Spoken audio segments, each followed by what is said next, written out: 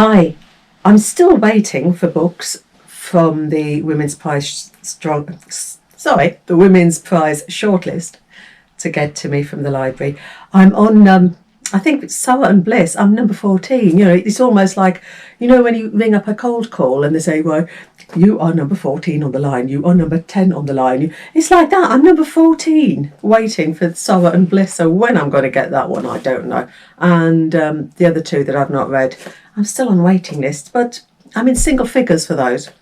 So I've looked at the Booker Prize, in the International Booker shortlist, and I've got Elena Knows by Claudia Pinerio and translated by Frances Riddle. And I read this in a day. It's 142 pages. I read it in a day. And I really liked it. Claudia Pinerio, she's a crime writer. And this is sort of a crime novel. We've got Eleanor. And Eleanor does not believe that her daughter Rita committed suicide. When Rita's body is found hanging in the belfry of the church, Eleanor refuses to accept the police's version of what happened. Eleanor doesn't believe it because Eleanor knows her daughter. And the quote is, and this quote sums up the book perfectly. No one knows as much about her daughter as she does, she thinks, because she's a mother, or was her mother. Motherhood, Elena thinks, comes with certain things. A mother knows her child.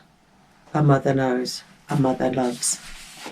And that is what drives this book. Eleanor knows her daughter, or she thinks she does. She knows that Rita would never have committed suicide. And she is certain about this. And there is one person that she can go to who will help her to prove this. And that is a lady called Isabel. The whole book takes place in a day. And it's divided into 3 sections. And the sections are second pill, third pill, fourth pill. Because Eleanor has got Parkinson's. And her day is not divided by the clock. It's divided by when she takes her pills.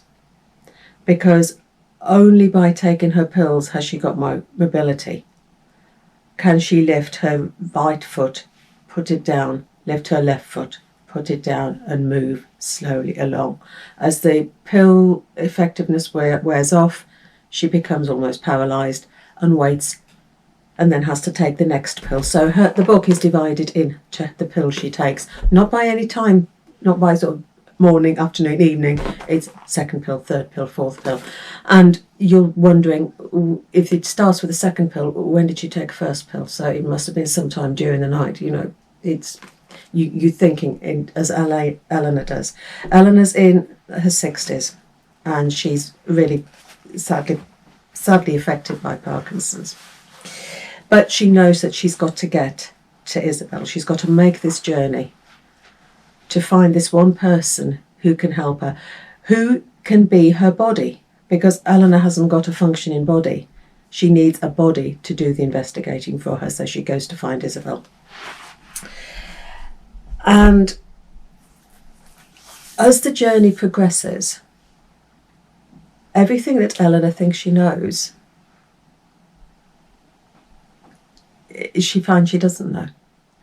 The final section, when she arrives at her destination and she meets Isabel, the dialogue between these two women is incredible, as everything that Eleanor knows, and she finds out different things, and that's the crime. She finds out this is how the crime gets solved. The crime is solved in that last section. What you've also got in this book, you've got a very graphic account of a Parkinson's sufferer. She describes in minute detail what her life is like. And you've got Rita, because we have flashbacks as well in this. So we get to know Rita. We have Rita's bitterness and her anger about what the disease is doing to her mother. And as a carer, we see what Rita's life is like.